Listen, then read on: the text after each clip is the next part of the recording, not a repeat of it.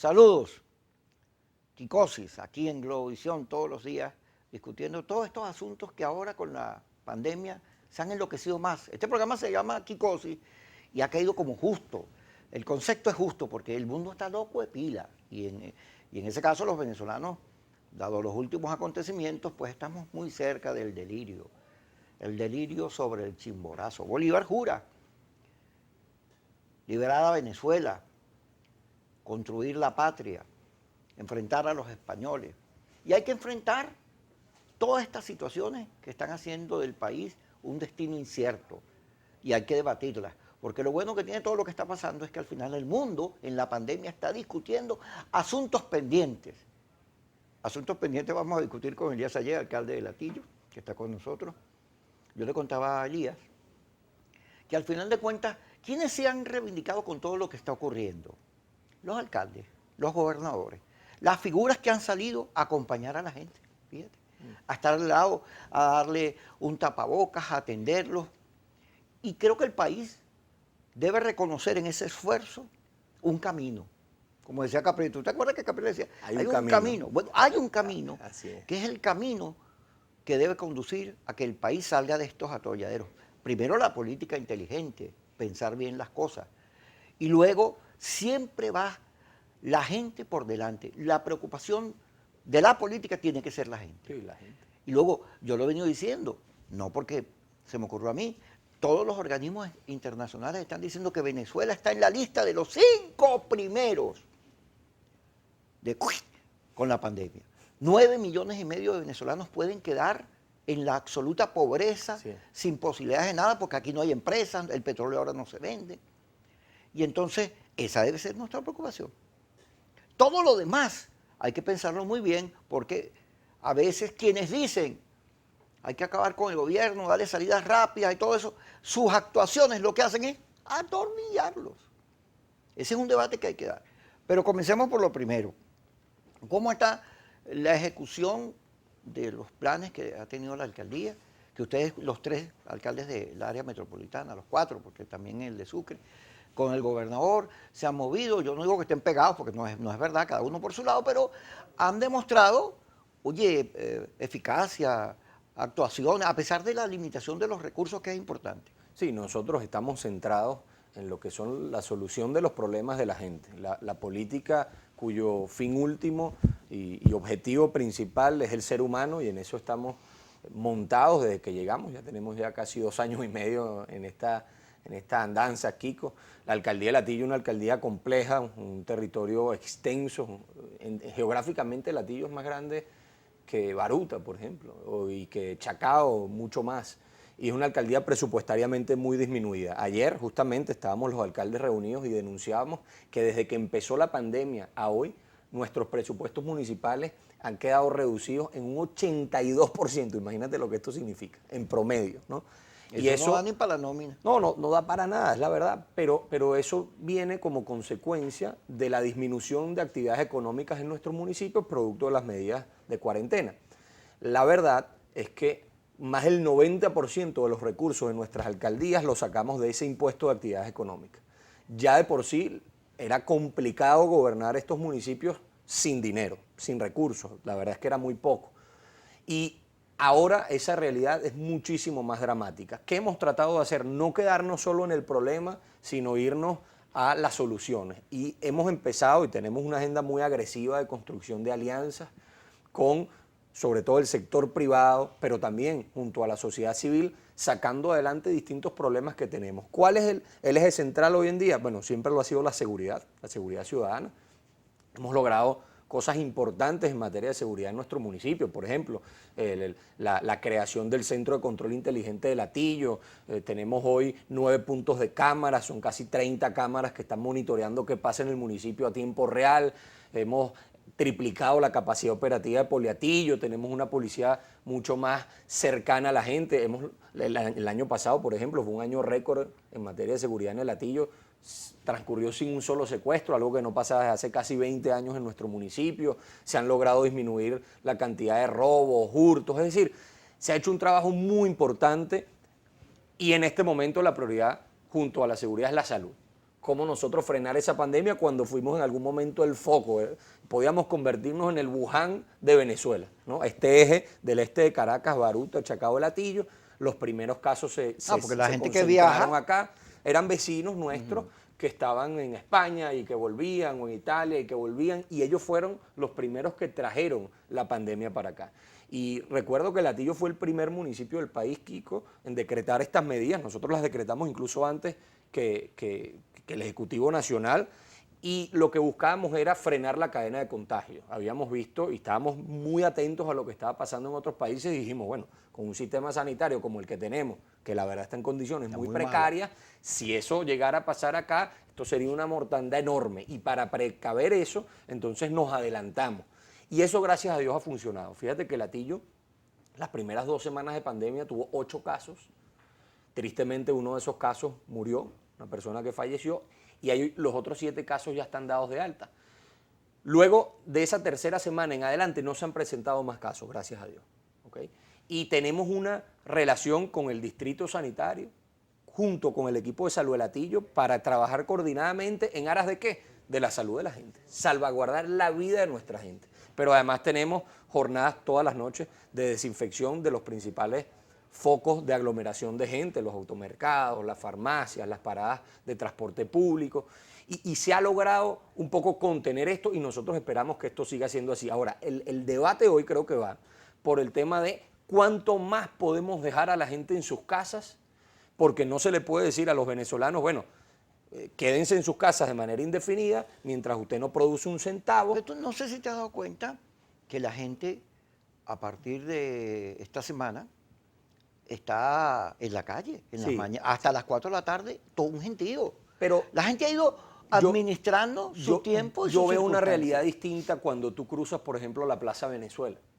O sea, tú ves, en nuestros municipios eso todavía no es tan así. Ahora No, no, en las tú vas al arterias municipio principales. Libertador y el municipio Libertador está lleno de gente.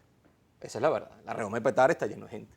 Entonces pareciera como 2 Venezuelas. Ahora, si nos vamos a lo concreto y vemos esto como algo nacional, ustedes ven que el estado Zulia, por ejemplo, uno de los más importantes del país, más de 3 millones de personas, tiene solo 4 casos. Hay estados del país que no tienen casos. No tienen Entonces, casos. ¿por qué son iguales las medidas que se toman en Margarita, una islita chiquitica con un montón de casos, a lo que se pueda estar tomando en Amazonas o en Bolívar, que prácticamente no tienen casos, unas extensiones muy grandes de terreno? Entonces, yo creo que hay que ir hacia analizar esto de manera más particular, de manera de que la población pueda empezar a ser productiva otra vez, empezar a hacer sus actividades económicas, a trabajar, a llevar comida a la casa, porque la nevera sin comida, sabes que no sirve para nada. Entonces, siempre lo he dicho, la cuarentena en todas partes del mundo ha sido muy dura, porque te corta, te quiebra tu dinámica social. El Te ser humano afecta, es un ser la social. economía te la afecta. La economía, pero tu vida mortalmente. social, los niños no van al colegio, Así no es. puede, nadie puede ir para misa ni siquiera. Ahora, en Venezuela es mucho más dramática, Kiko, porque es muy duro decirte ya, bueno, quédate en tu casa, pero si encima te digo, quédate en tu casa y encima no te llega el agua, se te va la luz, no tienes internet y tienes toda esa serie de padecimientos que sufrimos los venezolanos, Es peor. esto no es Elías, una crisis solo de la pandemia, es una crisis que ya venía, que la venimos así es. arrastrando y que ahora se montó la pandemia también. Ya vamos a ir al corte. Tú sabes que yo hago un programa de radio en La Romántica, directo a tu sentido. Y la mayoría de los días se me va el internet, me cuesta. Tengo 2 días que no lo he podido mandar, porque, bueno, todas estas situaciones que nos está originando, no la pandemia, porque esta es una crisis que viene de mucho antes. Sí. Esta situación país que es la que tiene que estar en el debate. Totalmente. ¿Cómo hacemos para volver a vivir bien? Porque tú te pones a comparar como vivíamos en el 98 y ahorita, y aquello era el paraíso comparado con esto. Yo era un niño, Imagínate tenía tú. 12 años. Bueno, pero en el No recuerdo 2010, mucho. en el 2010 que ya tenías tu edad, se vivía mejor que ahorita. Sí, sin O sea, duda. cada día vamos Para atrás. para peor. No, ya va. Chico, vamos a ir al corte, ya regresamos.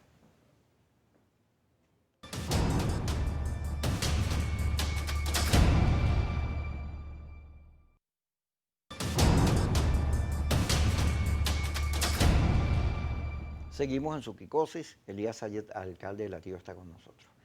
Elías, retomando la última parte del programa. Fíjate, Venezuela, en esos años del 2000, 98 para atrás o 2010 para atrás, todos vivíamos quejándonos. Yo recuerdo en la época de Carlos Andrés Pérez, tú ni habías nacido. Este gobierno tan malo, todos los gobiernos eran malos. Pero visto hoy, uno ve hacia atrás y dice, wow, qué bien vivíamos, qué maravilla. Inclusive los primeros años de Chávez, cuando hubo el ingreso petrolero, qué bien se veía. Pero ahora el país está en una encrucijada difícil, sí, porque se nos viene encima la peor de las situaciones y estamos muy mal preparados porque estamos en el peor momento país. Sin embargo, hay un esfuerzo, se ve que hay gente luchando por salir adelante, sí, aún que no tiene excusas. Porque a mí lo que me gusta de los alcaldes de Caracas, de la zona metropolitana, es que no están culpando a los demás, sino tratando de ver cómo salen adelante, inventando cosas. Y yo creo que esa es la perspectiva que le sale al país. En vez de estar quejándose, culpando quién es, quién fue, cómo salimos adelante, cómo nos preocupamos por la gente y hacemos que la gente viva mejor, porque no puede ser que estemos condenados a vivir cada día peor. Eso no, nosotros no somos masoquistas. No, el venezolano quiere vivir mejor y lo merece. Es decir, un país tan rico como este, eso sale hasta en la Biblia, Kiko. Si en los 7 años de vacas gordas no ahorraste, luego cuando vienen las vacas flacas, entonces te quedaste sin nada. Vemos países como Noruega, con un ingreso petrolero quizás parecido al nuestro en algún momento, una producción petrolera parecida a la que teníamos, y ahorita tienen miles de millones de dólares en fondos ahorrados para enfrentar cualquier situación. ¿Qué pasó acá? Se despilfarró todo y no queda nada. Y entonces ahora yo sí estoy de acuerdo contigo en que hay que repensar el país. O sea, ese país en donde la gente a veces no pagaba impuestos, ese país en donde los servicios públicos tampoco se pagaban, ni la gasolina se pagaba, tiene que ser repensado. Ya no es viable más. Ese Estado paternalista que buscaba ser el todopoderoso, el dadivoso y que administraba los recursos públicos con fines a veces más electorales y partidistas, también se acabó. Es decir, el Estado no puede seguir siendo el primer empleador del país, no puede ser el primer actor económico del país y en ese sentido nosotros esperamos que de esto se derive en algo constructivo, en algo positivo, porque esos eran males que teníamos, que en algún momento iban a aparecer. O sea, yo no los viví, pero he estudiado la historia y sé que esa Venezuela que vivieron nuestros padres o nuestros abuelos no es la misma Venezuela de hoy y nosotros no podemos aspirar a tenerla otra vez porque la situación cambió. Entonces nosotros tenemos que de forma inteligente, constructiva, del siglo XXI repensar a Venezuela. Yo siempre digo que de toda crisis se generan oportunidades y tenemos que ver, a pesar de lo duro que a veces es, porque es complicado ver en esta situación la oportunidad, pero hay que ver cómo salimos de esto, ponernos en modo de ejercer un liderazgo constructivo, que es lo que necesita el país. Pensando primero en la gente y menos en la dinámica y en la mecánica política, que a veces como que lejos de ayudar a que el país avance, como que estorba al desarrollo del país. Fíjate, ya entrando, vamos a meternos en Honduras. Anoche JJ Rendón salió una declaración donde él dice que sí, que él contrató a estos señores. Yo conozco a JJ, JJ es un experto en comunicaciones, de una enorme calidad en los procesos electorales donde ha participado como asesor, ha obtenido éxitos. Un hombre con un cerebro. Cosa que me hace pensar que él está asumiendo la responsabilidad para proteger a otros, en este caso a Guaidó. Pero el tema, aparte del gesto, el tema tiene que ver con parte del fondo de lo que está ocurriendo y que el gobierno permanentemente te está diciendo cómo ha obtenido éxito, cómo le ha ido bien combatiendo a estos grupos terroristas armados que vienen a Venezuela a desestabilizar, a matar a Maduro, etc. Cómo esa línea en la cual a Maduro hay que sacarlo ya, como sea, cabe en todos los escenarios, hay que sacarlo a plomo, cómo esa línea discursiva le ha dado a Maduro mayores éxitos que cualquier otra cosa. Porque entre otros casos, cuando se hacen las cosas se hacen muy mal. Este episodio, la operación Gedeón, es un desastre. Yo lamento los muertos, lamento la familia Baduel, lo he dicho, pero eso es un desastre. En términos políticos es un desastre. Ha atornillado a Maduro, le ha dado argumentación, es su bahía de cochinos, por lo mal que se hizo eso. Pero además, los que la planificaron andan desde Miami declarando, hay que pegarles pero para que se callen.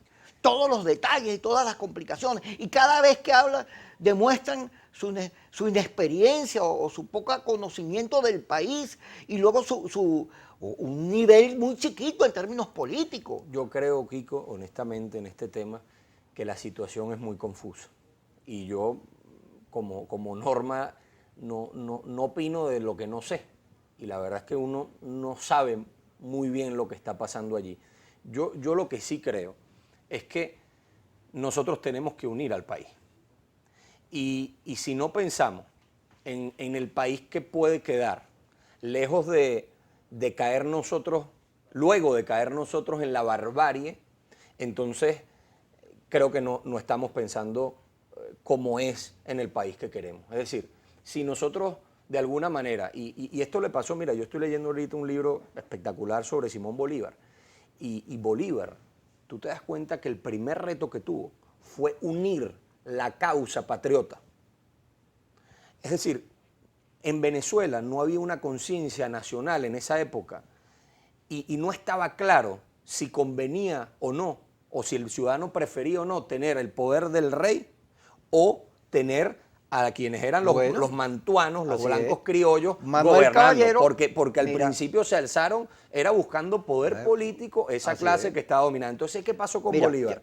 Manuel Caballero, un enorme Sí, historiador, claro, decía lo que conocí la mucho. primera parte de la guerra de independencia guerra civil. fue una guerra civil. Así es, así es. El ejército realista básicamente eran generales y un alto mando español compuesto de tropas venezolanas, personas de acá. Entonces el Libertador, dándose cuenta de eso, supo que el país no estaba preparado en ese momento y lo primero que se dedicó a hacer es a unir a su gente. Entonces tú veías en ese momento, y muchos historiadores lo han descrito, como el general Mariño estaba en Oriente y él no quería salir de Oriente.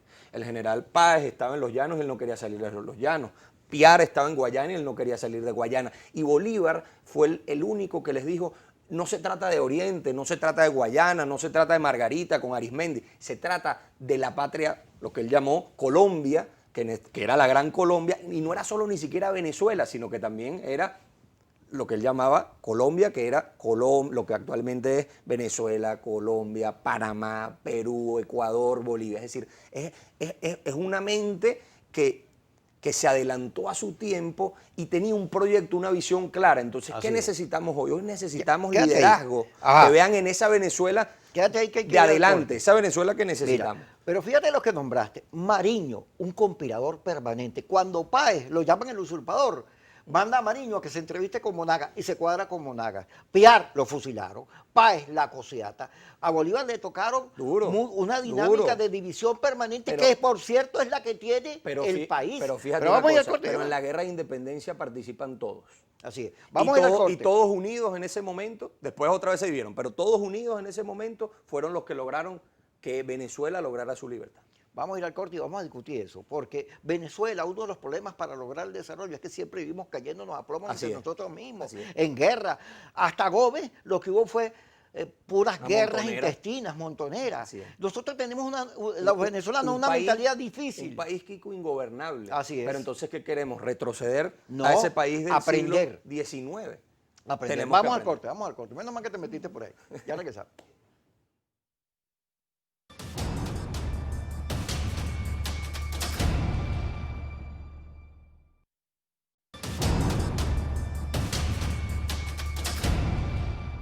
Seguimos con Elías Sayet. Ya que te metiste en asuntos históricos, fíjate el caso de Carlos Andrés Pérez.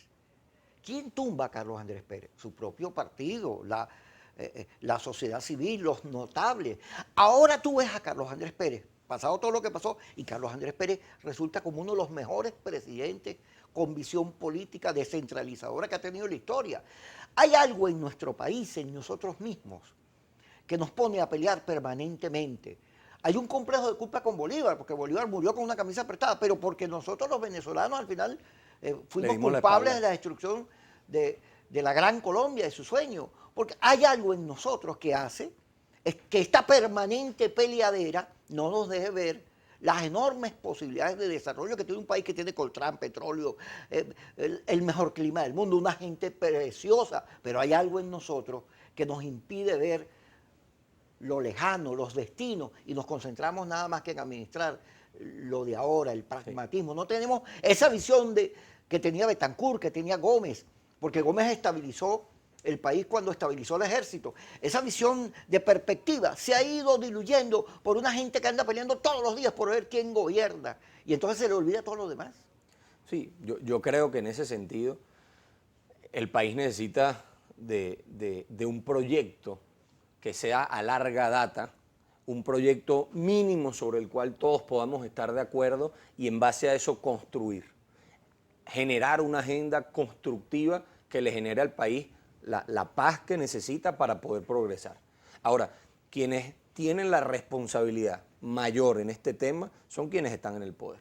Es decir, los países ingobernables se vuelven ingobernables porque quienes están en el poder no han podido generar ese suficiente clima de Estado de Derecho, de institucionalidad que necesita toda democracia moderna para poder ser un caldo de cultivo de una economía vigorosa, de una sociedad civil fuerte y al fin de cuentas, lo decía también nuestro libertador, de la suma de felicidades para nuestra gente. ¿Qué busca todo país? Que el ciudadano pueda vivir bien, lo hablamos ahora, que pueda vivir cada vez mejor, que pueda progresar, que pueda subir, que pueda avanzar, eso es lo que queremos.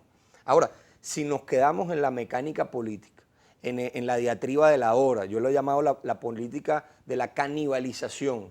Entonces yo quiero subir quitándote a ti o maltratando al otro y si tú no estás de acuerdo conmigo, entonces tú eres el malo y tú eres un traidor. Entonces de esa manera solo generamos el caos y la anarquía que es en lo que estamos.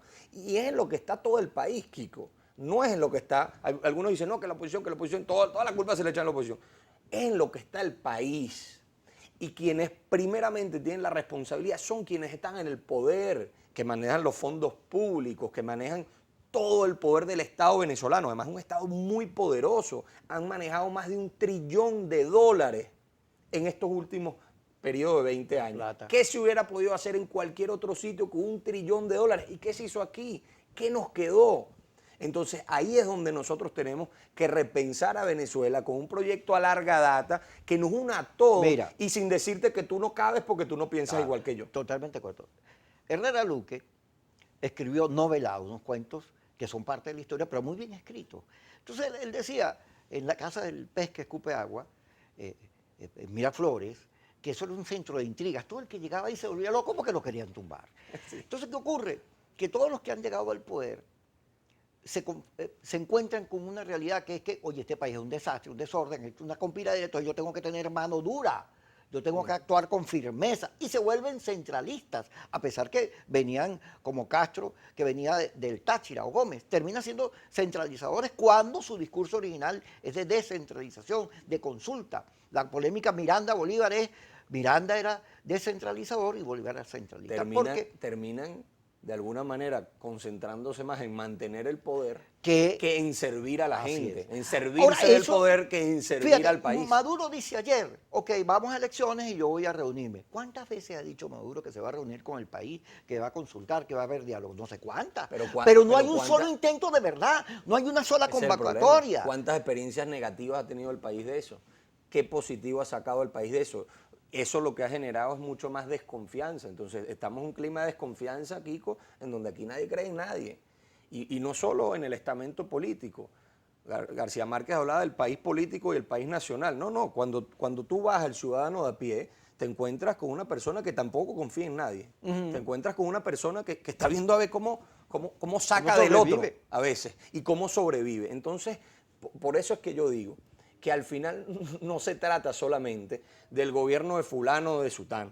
Se trata es de generar acuerdos que generen una gobernabilidad, que generen un proyecto de país a futuro para que esto sea viable. Y ese proyecto de país, Kiko, tiene que incluir al ciudadano. Así es. Tiene que pertenecer al ciudadano, tiene que involucrar al ciudadano de manera que no sea un proyecto de una cúpula que esté en el poder, sino que sea un proyecto de todo una nación que pueda comprometerse en ese sentido. Fíjate, ok, Maduro no entiende que él no puede con lo que viene.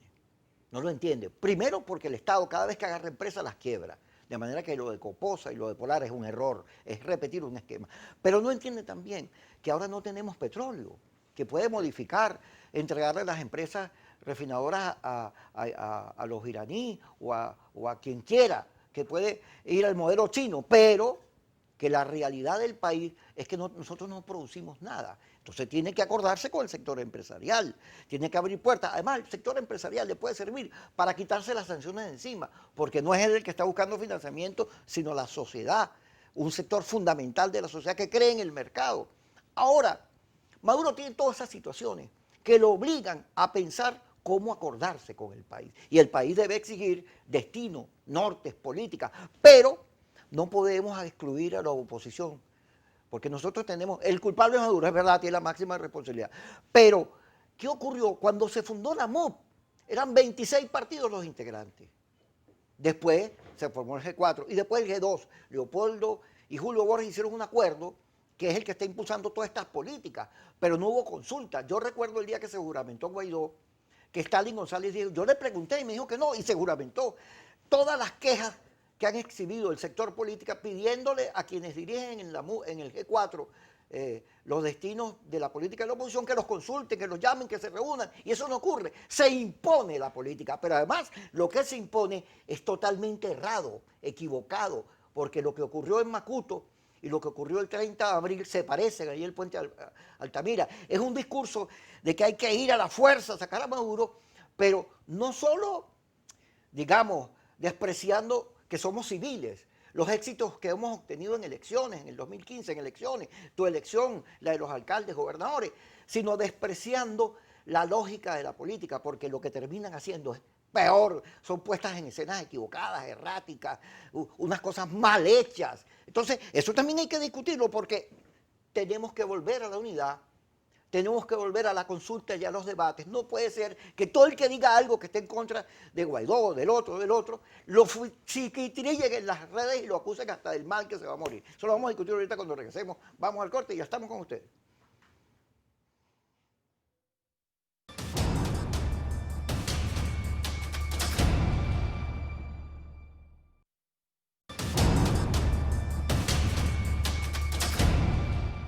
Seguimos con Elías Sayet. Entonces yo te planteaba que la oposición ha sido una reproducción de los problemas que ha tenido el país en cuanto a su discordia. ¿Tú te acuerdas que Bolívar cuando se murió dijo, si mi muerte contribuye a que cesen los partidos y se consolide la unión? Resulta que la unidad opositora ha sido desbaratada adrede por una gente que tiene un plan, pero ese plan ha demostrado muy poca eficacia y ha demostrado son demasiado erráticos. Ahora eso hay que pensarlo también para producir, fíjate, un diseño de país que priorice la gente, que sea democrático, humano, que es la discusión del mundo, y que además pueda, por encima de cualquier otra apreciación, sacar el país adelante, hacer aportes para sacarlo adelante en una crisis como la que vamos a vivir, donde el gobierno está cerrado, cree que él solo lo puede hacer todo, y si no ayudamos a sacar el país adelante, vamos a vivir peor, y eso no es un buen destino. Sí, en esa frase que tú acabas de citar, Bolívar muestra cómo él entiende que ninguna persona, ningún personalismo puede estar por encima de un país. Y yo creo que eso es algo que no ha entendido Maduro. En este sentido, nosotros lo que tenemos que hacer ver es que hay que producir la suficiente confianza en el país, porque todo lo que estamos hablando y lo que tú me estás citando, Kiko, es producto de un clima de absoluta desconfianza. Así Nadie es. cree en el otro. Nadie. Maduro se ve que si se va del poder, bueno, hasta pone en peligro su misma quizás existencia. Entonces, de esa manera jamás vamos a destrabar el problema, ni vamos a salir del problema, y podemos caer en un escenario de barbarie que nadie quiere. O sea, el escenario de la guerra-muerte es un escenario que nadie quiere. Y fíjate que después el mismo Bolívar llegó a Santa Ana a firmar un armisticio con Morillo, ¿ok? Después de 10 años de guerra-muerte, en donde llegaban a los pueblos y arrasaban hasta con los niños, con las mujeres, tanto el ejército realista como el ejército patriota. Y se tuvieron la madurez, la altura política e histórica de sentarse dos enemigos, pero enemigos de verdad, ¿no? No por ideologías, no. Uno representaba una cosa y el otro todo lo contrario. Y se pudieron poner de acuerdo. Y de alguna manera eso generó un clima, en ese caso fue para tener una guerra que ellos llamaron una guerra más digna, donde se mataban los soldados, pero no mataban a la población civil. En este caso, es un caso obviamente guardando las distancias históricas, pero aquí hay que crear un clima para que el país pueda salir adelante, Kiko. La canibalización política es absolutamente negativa de los que tienen el poder hacia su oposición como dentro de la misma oposición. O sea, es decir, no se puede avanzar mientras tú no tengas confianza en quienes te están acompañando. Entonces vas a querer avanzar solo. No se puede avanzar buscando avanzar pateando a los demás. No se puede avanzar buscando avanzar en detrimento siempre de alguien. Ahí es donde yo digo de llegar a acuerdos, ¿ok? Y de anteponer cualquier interés personal a ese interés de todos. Y que en aras de que eso se produzca, entonces el país debe dar todas las garantías para que eso pueda ocurrir. Es decir, necesitamos líderes que tengan una elevación espiritual, moral, que los lleve a entender el problema y a solucionar el problema, porque nosotros tenemos que solucionar esto. O sea, si no, Venezuela corre el peligro de caer en una dinámica de barbarie que solo va a traer destrucción y que va a ocasionar que lo que derive de esto siga siendo un país más ingobernable, con más problemas, con mayores crisis políticas, sociales, económicas, como se vivió en la segunda mitad de ese siglo XIX, que al final, tú lo decías ahora, fue un siglo de montoneras en donde el país no pudo reencontrarse, no pudo avanzar y se quedó, donde el que llegaba a Miraflores se quedaba más concentrado en mantener el poder porque lo venían a sacar en cualquier momento que en construir un país. Fíjate, la política es dura, pero es un terreno donde los mejores entran a participar. Pelé fue candidato. Donald Trump era un empresario. Sí. O sea, los que triunfan van a la política, porque en la política se decide el destino de los países y de la humanidad. La política ahora, gracias a las redes, tiene una discusión universal. Todos estamos discutiendo y quienes entran en los debates son Bolsonaro, Trump, la Bachelet, Maduro, Guaidó, o sea, los de aquí y los de allá. Y todo el mundo está viendo Venezuela, porque Venezuela es un país productor de noticias. Los periodistas aquí somos felices, porque aquí todos los días hay de dónde sacar tubazos, contacuentos, sí. mucha efervescencia. Pero ¿qué es lo que está viendo el mundo, los aliados de la oposición y los aliados de Maduro? ¿Qué es lo que están viendo en referencia a Venezuela? Un país enloquecido, que no tiene capacidad de ponerse de acuerdo, que va hacia abajo, que está en una situación de guerra permanente, porque aun cuando aquí no hay tiros, digamos, batallas y cosas, y situaciones de tanque, nada de eso, esto es una guerra permanente. Y en vez de pensar en la paz, en la estabilidad, en la confianza, pensamos en otras cosas. Y yo estoy muy de acuerdo contigo, la confianza. Hay que devolverle la confianza a la gente en la política. El gobierno tiene que tener confianza para transmitirla, para que vengan capitales, para que haya estabilidad jurídica. Y la oposición tiene que tener confianza para que sus huestes, los laboratorios esos asquerosos que están en Miami, que todos los días destruyen a todo el mundo, no sigan impidiendo los debates, no sigan descalificando a la gente y destruyendo la unidad. Tiene que haber un discurso superior. Y eso lo vamos a hablar cuando regresemos en el corte. Ya estamos con ustedes.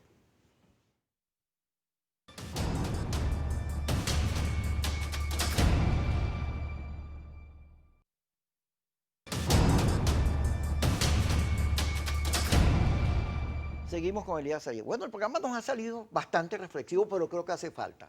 Tenemos que ser reflexivos. Porque, fíjate, yo permanentemente me he enfocado en un discurso de paz, de salidas democráticas, de perdón, de entendimiento. Y aún así me caen encima. Y digo, bueno, pero ¿qué quieres tú si yo estoy hablando de paz? ¿Por qué la paz tiene que ser vista mal? Si el fundamento de la estabilidad y de la confianza es la paz. Sí. Ahora hay gente que no entiende que en conflictividad, cuando yo lo digo, todos los días lo digo, si tú estás en tu casa y estás peleando con tus hijos, con tu mujer y no sé qué cosa, peleas en el trabajo, te botas, vives en una vida así, no te estabiliza. Ahora, ponle eso al país lleno de presiones, de acusaciones, de permanente juego de la política, pero en términos perversos, porque no es en términos positivos, buscando un destino país. Ahora, ¿cuándo lo vamos a hacer? ¿Cuándo vamos a discutir cómo salimos de esto, cómo construimos progreso, cómo construimos empresas, cómo construimos libertad? ¿Para cuándo vamos a dejar eso? Ese es el debate que tenemos que tener con la gente. Yo a lo que me niego, Kiko, es a tirar la toalla por Venezuela. Es decir, nosotros no podemos claudicar y decir, este país es inviable y aquí no hay manera de hacer nada y aquí... Miren, hay países con situaciones mucho más complejas de las que nosotros vivimos que las superaron. Vemos el caso, por ejemplo, de Sudáfrica, vemos el caso, por ejemplo, de Polonia, vemos el caso, por ejemplo, de Chile. Es decir, donde se derramó muchísima más sangre y por conflictos raciales, por conflictos de odios mucho más profundos, incluso conflictos ideológicos muchísimos más profundos, y salieron adelante. Y salieron adelante de una manera. Tuvieron liderazgos que fueron capaces, primeramente espiritualmente ellos, de asumir un objetivo lógico. No, el objetivo no era la aniquilación, del contrario, el objetivo era el país.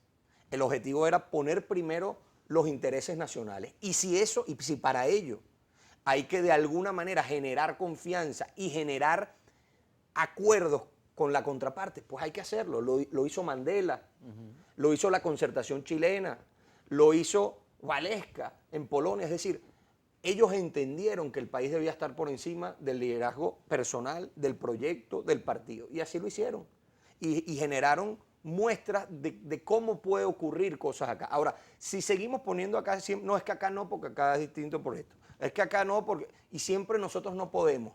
Y creamos como que la mentalidad del fracasado, ¿no? En donde el venezolano, bueno, él no puede aspirar a más. Él no puede, pues, él no puede nada. Las excusas. Ese es el país que nosotros tenemos que quebrar. Nosotros tenemos que ponernos en la dinámica de la resolución de las cosas, de hacer lo que sea. Una vez me decían a mí, la política es el arte de lo posible, no de lo imposible. Porque justamente el político debe tener la sangre, el cuero, para poder hacer cosas que otros no harían. Pero no lo veamos en sentido negativo, porque a veces interpretamos las cosas como no son. Veámoslo en sentido positivo. La responsabilidad histórica de mi generación, Kiko, es sacar adelante a Venezuela. Y para sacar adelante a Venezuela hay que unirla. Venezuela no va a salir adelante si no se une. Ahora Y eso es una responsabilidad que tenemos que entender. Mira, te voy a decir una cosa que es un halago. En todos los años que yo tengo recientes haciendo televisión y este tipo de entrevistas, es una de las pocas veces donde alguien se ha metido en el tema histórico, ha hablado de Bolívar, porque eso lo utilizaba, como Chávez confiscó a Bolívar, entonces la gente pensaba que Bolívar era chavista. No, eso no tiene nada que ver. Nada. Aquí Castro, Pérez Jiménez, López Contreras, Medina, Betancourt, todos utilizaron a Bolívar. Ahora, la historia tiene que servirte para construir el país, para saber cuál es la línea por la que va. Y nosotros necesitamos, porque aquí hay muchos recursos y mucha gente valiosa, salir adelante y demostrar que podemos lograr el progreso. Ahora, fíjate que tú mencionaste algo que me parece importante. Este país no sirve, yo me voy. Y se fueron 5 millones de personas. Y todo el mundo, no, qué bueno, justificando que se vayan porque el gobierno es muy malo. Pero resulta que ahora están volviendo. Porque entre otras cosas... Algunos. ¿sí? Pero entre otras cosas apareció algo feo, que es que nosotros que hemos sido un pueblo muy solidario, fuimos rechazados en Perú, en Colombia, en Ecuador. Apareció la xenofobia y se trancaron las puertas. No fuimos recibidos con solidaridad porque nos convertimos en un problema para los demás. Ese 1,000,000 y pico que llegó a Colombia le desestabilizó la economía. Y cuando empiezan a regresar, hay gente, ¿por qué te fuiste? Ni siquiera ven, te ayudamos, vamos todos. No, hay unos sentimientos muy negativos en el país que tienen que ser combatidos con sentimientos. Este es un país cristiano. Sí, claro. Cuando Guerra dice, yo quiero ver, José Guerra, a Maduro y a Diosdado en oposición, libres, pero en oposición, le cayó encima un sector que cree, las tiene agarradas todas porque odia. Le compró el discurso del odio a Chávez, porque es igualito, odia de la misma dimensión, y no quiere ningún tipo de perdón, a pesar de que este es un país cristiano. Y el valor fundamental de la religión cristiana es el perdón. Sí. Fíjate, Kiko, el periodo de mayor avance en la historia de Venezuela es el periodo de la democracia. ¿Y por qué? Porque en la democracia se logró una estabilidad política, una paz social, un proyecto en acuerdos mínimos, un acuerdo común para que el país pueda progresar. Entonces, se lograron cosas en ese periodo. En otros periodos también hemos logrado, pero hubo un periodo de concordia en donde había una lucha política que era política. Pero se resolvía con votos. No era la barbarie. Se resolvía con votos. Se resolvía con votos, como en cualquier país civilizado. Entonces, lo que nosotros tenemos que hacer es volver a la civilidad. Así es. Ahora, es muy complicado hacerlo bajo este escenario de desconfianza y de canibalismo político. es muy complicado tú tener confianza cuando te han cacheteado durante 20 años, cuando meten preso a tus hermanos, o sea, es decir, hay heridas abiertas y hay heridas que hay que sanar.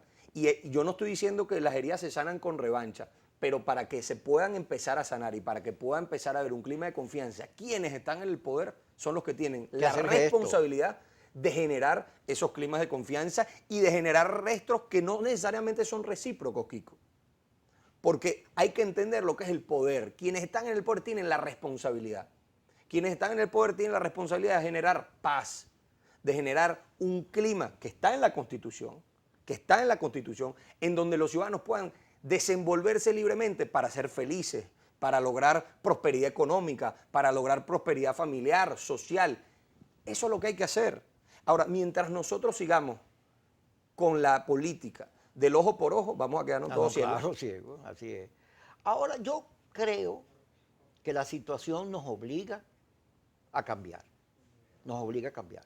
Ese país donde nadie se quiere, todo el mundo habla mal del otro, debe hacerse a un lado y pasar a buscar con todos los sectores. Si el gobierno no quiere, si la oposición que está expresada en el G2 no quiere, el país tiene que convocar unos debates, buscar acuerdos, buscar salida, proponer un esquema distinto al que tenemos para que al final de cuentas la mayoría impulse el cambio, ya que los factores radicalizados se odian, la mayoría que quiere vivir bien, que la gente regrese, salir del odio, tener prosperidad, tiene que imponer el camino para que los otros sectores entiendan que estamos obstinados de esa guerra, de esa batalla, y que ahorita son más que inconvenientes, ahorita no sirven para nada. Sí, si no hay ese clima de mutuas confianza, es muy complicado plantear eso, visto que en los ensayos que ha habido, en estos fulanos diálogos convocados y tal, no se ha logrado nada. Lo único que se ha logrado es que se utilice al contrario para ganar tiempo, para seguir con la misma agenda política y el país al final no logra nada. Entonces, hay que quebrar esa dinámica, Kiko. Quienes tienen la responsabilidad de quebrarla son quienes están en el poder. Bueno, vamos a pedirle tú y yo aquí a Maduro. Maduro, ponle fecha al diálogo, ponle fecha. Es que no invita a todo el mundo. No es solo un diálogo. Yo te apuesto que si aquí se liberan a todos los presos políticos, es un tremendo gesto. A todos. Tremendo gesto. Ayer que habían liberado a Requesén. Muchos participarían probablemente, quizás, en esas mesas de trabajo, es decir, sin tanta propaganda, unas conversaciones reales con garantías, con el Vaticano, con los norteamericanos, con los europeos, con todos los factores que también velen porque ahí ocurran cosas que sean cumplidas. Esa es la agenda que se está proponiendo y eso es lo más sano para evitar caer en la barbarie. Nadie sabe al final si lo que está pasando, vinieron unos tipos, unos peñeros, unos dicen que es verdad, otros dicen que es mentira, nadie cree en nadie. Pero la realidad es que al final el país no ganó nada, perdió. Y nosotros tenemos que generar iniciativas donde el país gane y donde los que están en el poder también entiendan que el poder no es para siempre, no es infinito. Y que la contraparte también garantice de alguna manera existencia para que también ellos puedan hacer de alguna manera oposición si les tocara y se genere una vuelta a la política, a la construcción de un país. Está bien, oye, qué buen discurso. Eso es lo que hay que hacer, Kiko. Está bien, me gustó. Óchale, qué buen programa. Me gustó bueno, bastante. y volvamos a Latillo. Así es. Yo soy alcalde de Latillo. Sí, no pero soy quédate allá, diputado, pero ni será otra para cosa. otro día, porque ya se terminó el programa. Pero está bien que hablaste de Latillo. Tú sabes que yo voy mucho a Latillo. Así. Porque me encanta. Ahí hay un amigo que tiene un restaurante vasco que se llama Tapas y no sé qué claro, cosa, muy bueno. que fue cura, es Sí, un personaje claro. divertido. El Latillo es un gran sitio. Sí, vale, Latillo hoy yo creo que es el sitio cultural, gastronómico, turístico por excelencia de nuestra ciudad capital, de Caracas, y nosotros estamos muy interesados estamos haciendo todo lo que es la peatonalización del casco, hemos mejorado mucho en seguridad, en ornatos, es decir, el Latillo va para adelante y lo importante es, Kiko, que mientras el país entero durante estos años ha ido hacia atrás, el Latillo ha seguido adelante. O sea, tú no, de alguna manera, y puede sonar como con cierta soberbia decirlo, pero es verdad, nosotros hemos logrado que siga siendo un privilegio vivir allá, a pesar de las dificultades y de la adversidad. No son pocos los problemas que tenemos, pero ahí hay un equipo de gente que está motivado, interesado, montado para que ese pueblito salga para adelante. Gracias, Elías, por estar con nosotros. Nos vamos. Mañana estamos otra vez con Kikosi. Mañana tenemos a Carlos Melo, que por ahí ya llegó para conversar con él sobre todos estos asuntos. Hay que discutir. El mundo está discutiendo. Por más que nos parezca fastidioso, no entendamos, hay que hacer un esfuerzo por poner las cosas sencillas, pero discutirlas para que el país coja rumbo. Gracias por estar con nosotros.